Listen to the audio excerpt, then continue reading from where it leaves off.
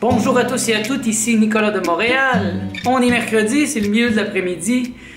Aujourd'hui, je voulais m'assurer de vous faire un vlog, donc j'ai décidé de prendre un break en après-midi parce que sinon j'ai trop de travail et j'arrive le soir, je suis fatigué, puis juste l'idée de faire du montage, ça me donne des sueurs. Donc, je vais faire ça aujourd'hui dans l'après-midi, j'ai quand même du travail, mais je voulais aborder un sujet atypique. Je voulais vous parler aujourd'hui de mon anus. Oui, je voulais vous parler de mon anus. Vous savez, je suis quelqu'un qui aime beaucoup se guérir lui-même. Donc, l'auto-guérison. Être son propre docteur, pour moi, c'est très important. Et je vais peut-être pouvoir aider certains d'entre vous qui souffrent des hémorroïdes, qui ont mal à l'anus. Ouais. Vers l'âge de 27 ans, 26 ans, ça a commencé à chauffer. Et vraiment, c'est devenu très douloureux. Et peu à peu, même, ça s'est mis à saigner. Je suis allé voir des docteurs, et bien sûr. Ils m'ont dit n'importe quoi. Ils m'ont dit que j'avais des crevasses anales. Des crevasses anales. Ils n'ont même pas pris le temps de regarder. Ils ont mis le doigt. Ils ont presque ri de moi. C'est moi-même qui ai déduit que j'avais des hémorroïdes en faisant des recherches sur le sujet pour trouver c'était quoi vraiment, c'était quoi. Et c'est arrivé à un comble, il y a peut-être 2 ans et demi, là, vraiment. Ça faisait tellement mal, il y a des moments où j'avais de la misère à marcher. Et je me disais, ça n'a pas d'allure. Est-ce que je vais être capable de passer ma vie comme ça? Est-ce que je vais être pris avec ça jusqu'à la fin de mes jours? Parce que bien sûr, le docteur m'avait dit, ça se guérit pas, il n'y a rien à faire. Et d'un autre côté, ben, il y avait les opérations intrusives de l'appareil manipulateur plutocratique. En fait, l'appareil, le système de maladie nous propose des choses très intrusives. Donc avec un bistouri, ils vont vous couper les hémorroïdes. Mais ils ne vous demandent pas de changer vos habitudes, ils ne vous demandent pas de faire une réflexion sur pourquoi vous avez ça. Ils ne vous demandent même pas de changer votre alimentation. C'est aussi ridicule que ça. Et je connais des gens qui l'ont fait. Et c'est un grand danger parce que le bistouri peut, 1 millimètre de plus, et ça peut vous rendre incontinent jusqu'à la fin de vos jours. Et en même temps, ben, je trouve que c'est un peu idiot. Ça vous guérit de l'effet, mais vous n'allez pas chercher la source du problème. Et donc, vous doutez bien que j'ai cherché la source au niveau le plus subtil possible, le plus spirituel possible. Pour moi, c'était évident dans le sens que, bon, c'était douloureux quand ça sortait. Il y en a qui sont constipés, ça reste pris à l'intérieur. Donc les émotions, etc. Mais dans mon cas, j'ai pas de problème de ça. Moi, ça fait mal quand ça sort. Ça faisait mal quand ça sortait. Et c'était un moment où, en tant qu'artiste, j'étais vraiment pas pris au sérieux. Ben, je le suis pas vraiment encore, mais j'ai plus de sagesse et je suis capable de voir les choses de plus loin sans rentrer dans les émotions. Mais à l'époque, je voulais vraiment devenir une superstar, je voulais vraiment être reconnu. Je faisais de la musique, j'étais chansonnier, je faisais de la peinture, de la bande dessinée, je faisais plein de choses, mais il n'y a rien qui fonctionnait, aucun éditeur était intéressé, aucune galerie d'art. Mes spectacles, c'était pas fameux, c'était moi qui faisais tout, je devais me booker partout. J'avais beaucoup de travail pour peu de reconnaissance. Et je pense que ça signifiait ça aussi, ça sortait, ça faisait mal quand ça sortait, donc mon expression.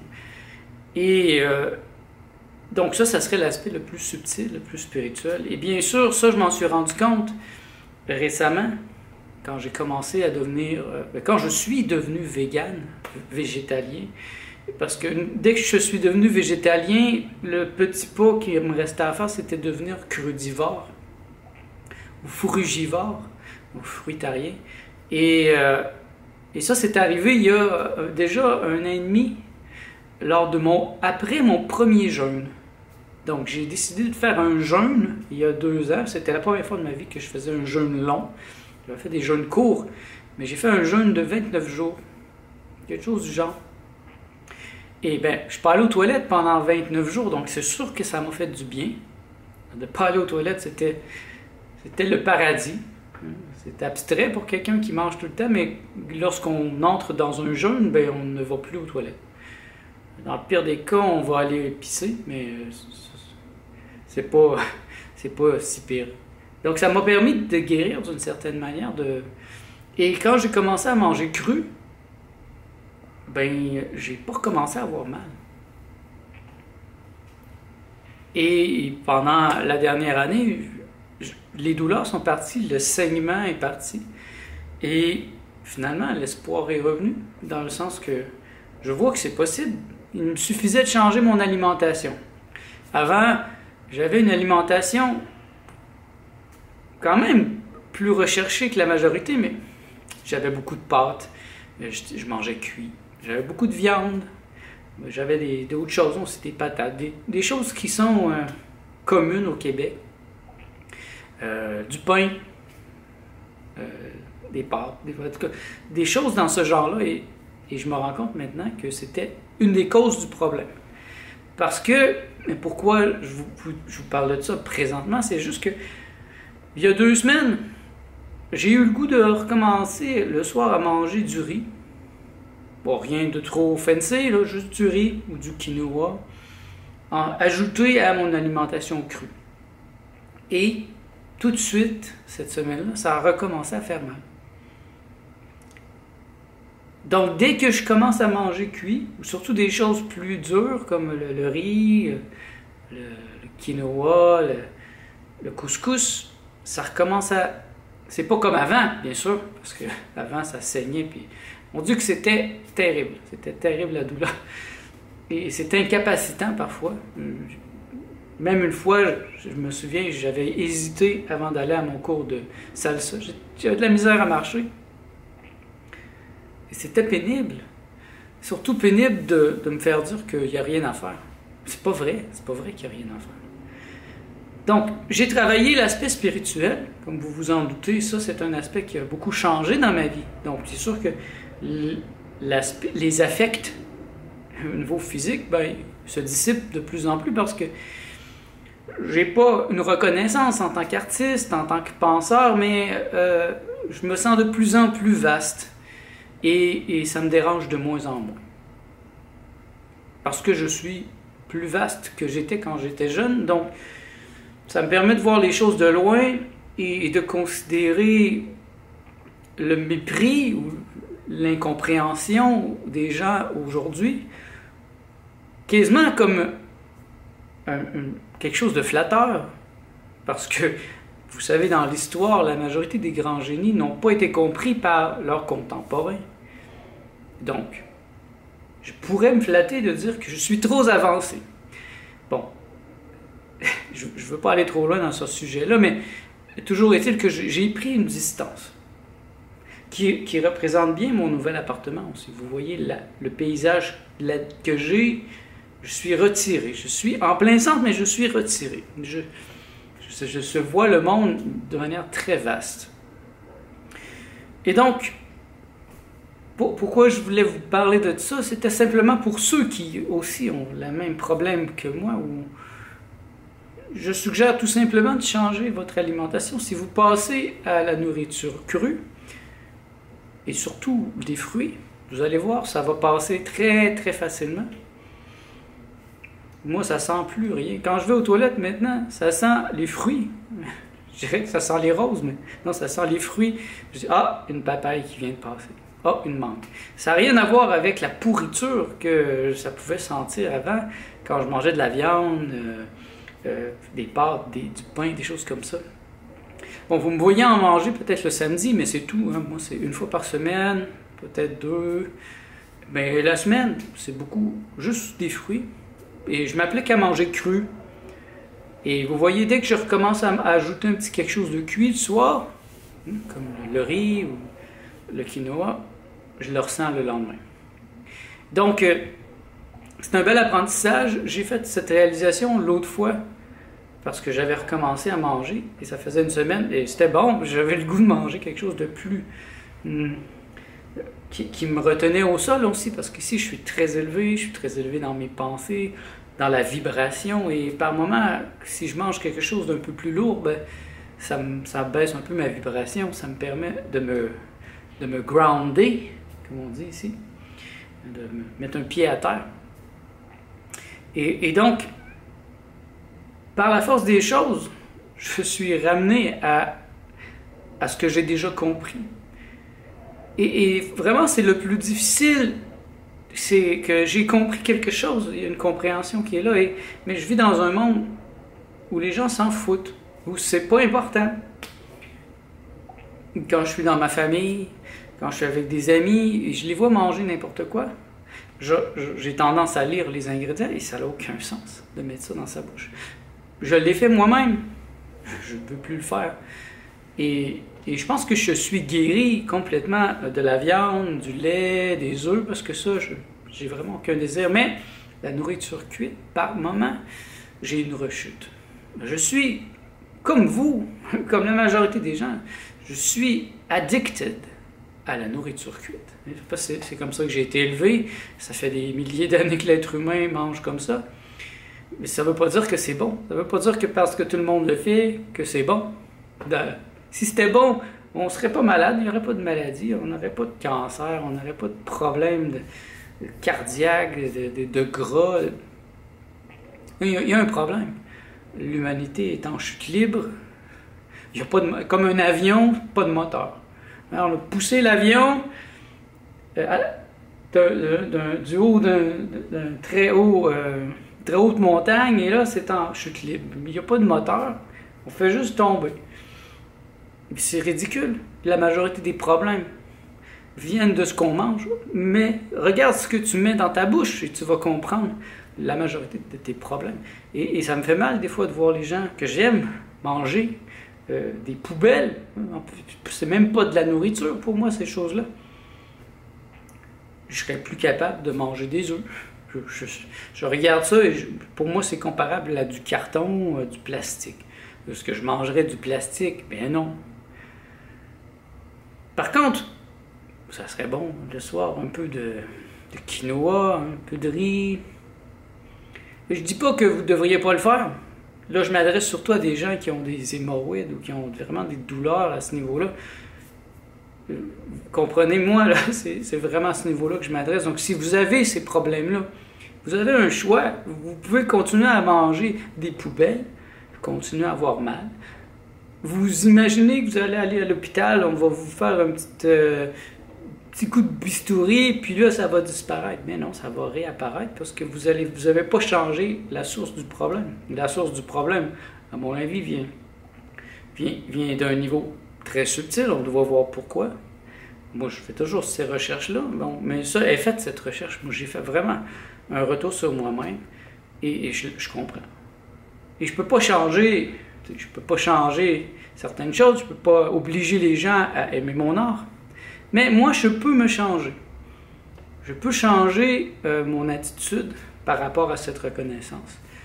Je peux enlever la douleur, la remplacer par un certain haussement d'épaule, un je m'en foutisme, d'une certaine manière, parce que quand même, pour moi, c'est toujours important, c'est quelque chose qui va toujours être là dans ma vie, parce que pour un artiste comme moi, la reconnaissance, bien sûr, c'est un peu un cadeau de savoir que les gens aiment ce qu'on fait. Bon, je sais que certaines personnes aiment mon art, mon œuvre, qui lisent mes livres, mais c'est rien, pour l'instant, c'est rien de spectaculaire. Vous êtes un petit nombre, et c'est possible que ça reste comme ça. Et moi, je dois être le changement que je veux voir dans le monde. Donc, c'est un sujet que je voulais aborder depuis un certain temps, mais ces temps-ci, je n'avais pas eu l'occasion de l'aborder. C'est un peu anachronique, mais en même temps, vous voyez que ça s'inscrit quand même dans le grand tout de mes idées, surtout celle d'être son propre docteur, d'arrêter de faire confiance au système de maladie et d'arrêter d'être des enfants, arrêter de faire les enfants. Regardez à la source. Ayez le courage de changer quelque chose en vous. si vous voulez vraiment que les choses changent dans votre vie. En changeant mon alimentation, eh bien, ça l'a guéri. C'est pas quelque chose que j'avais prévu. Bien sûr, j'avais fait le travail spirituel et par la force des choses, ça m'a amené à une compréhension que le végétalianisme, être vegan, c'est le minimum aujourd'hui. C'est le minimum, à mon avis, si on veut être en santé. Mais il y a il y a encore plus, vous savez, j'en ai parlé beaucoup. Hein? Mais c'est le minimum. Si vous voulez être en santé dans le monde aujourd'hui, mangez des fruits et légumes, laissez faire les produits laitiers, la viande, c'est des poisons notoires. En plus, ça a une vibration terrible. Pour quelqu'un qui est sensible, pour quelqu'un qui est médium, pour quelqu'un qui a des pouvoirs spirituels, c'est évident que ça a une vibration de mort, une vibration terriblement dommageable pour votre vibration. Donc, je ne dis pas que c'est parfait, hein, parce que même aujourd'hui, manger des fruits, des légumes, il y a quand même des pesticides, puis plein de produits, mais c'est beaucoup moins pire que de manger de la viande. Si je mange de la salade avec un peu de produits toxiques, ben je mange la salade. Mais si je mange une vache qui, elle, a mangé des tonnes de salade, ben on a la salade mis à fois 1000, 3000. Quantité de produits pesticides qu'il y a dans les animaux, ben c'est terrible. Vous savez, les baleines, lorsqu'elles meurent, c'est considéré comme un produit toxique. Quasiment atomique, quasiment comme une bombe atomique, c'est vraiment... c'est terrible. Donc le minimum, c'est ça. Et si vous voulez faciliter votre digestion, ben allez-y cru. Vous allez voir, ça va changer beaucoup de choses. Dans les semaines qui vont suivre, vous allez probablement cesser d'avoir mal. Ça va être plus facile, même si vous êtes, par exemple, constipé. Ben, ça va régler votre constipation parce que ça passe facilement. Les fruits, ça passe facilement. Les légumes aussi. Mais si vous voulez encore un peu plus, ben allez-y, plus de fruits. Hein, fruitariens, pour moi, c'est ce qui fonctionne le mieux. Et si vous voulez aller encore plus loin, bon, liquidarien, bon, des gens qui boivent juste du liquide. Vous faites un jeûne de jus, une cure de jus pendant 3 semaines. D'ailleurs, je prévois en faire une en septembre, à la mi-septembre. Donc, s'il y en a qui veulent la faire en même temps que moi, je prévois au changement de la saison, en mi-septembre, faire un jeûne de jus. Minimum 2 semaines. Peut-être plus, probablement plus, mais un minimum de 2 semaines, juste pour revitaliser mon organisme. Et d'ailleurs, une d'entre vous me faisait la remarque dernièrement à propos de la Rainbow Green Live Food Cuisine et du fait que je mange beaucoup de fruits. Je vais peut-être adresser le sujet plus en détail, mais je vais le brosser un peu ici. C'est juste, pour moi, quand on fait des changements vraiment extrême, parce que changer mon alimentation d'une alimentation de viande et de nourriture cuite à une alimentation fruitarienne, c'est quand même un gros saut. Et j'aime procéder un peu comme la Lune, non, un peu comme le Soleil qui tourne autour de... Non, de toute façon, ils tournent tous de la même manière, mais mettons, la Terre qui tourne autour du Soleil, c'est une ellipse. C'est pas un rond, c'est une ellipse. Donc, mon idéal présentement, c'est la Rainbow Green Live Food Cuisine de Gabriel Coussens.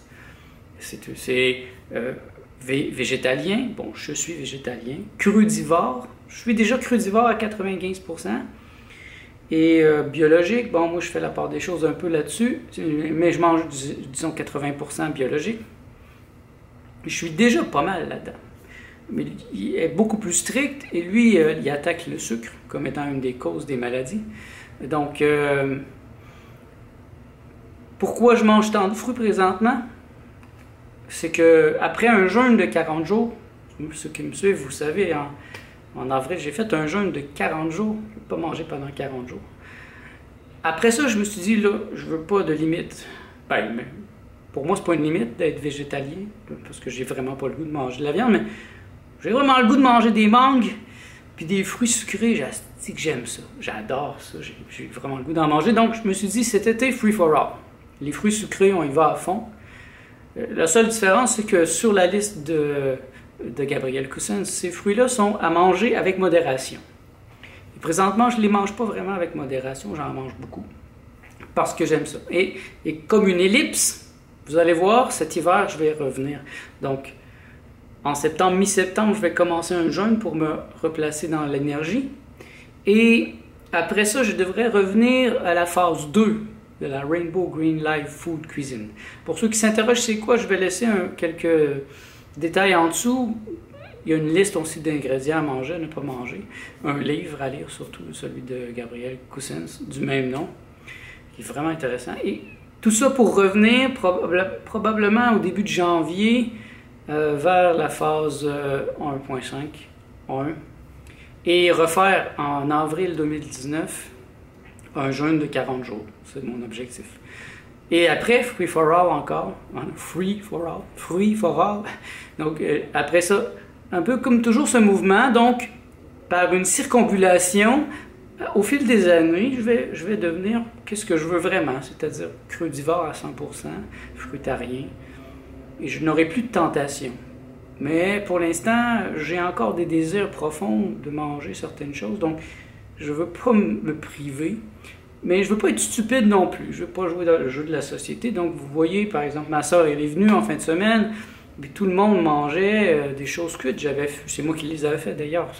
Du chili, du guacamole avec des tortillas, etc. Et moi, j'avais mon bol de fruits. J'avais un gros bol de mangue ou un gros bol de melon. Et ça ne me dérange pas. Je n'ai pas le goût de manger ça. Je me sens beaucoup mieux quand je mange des fruits.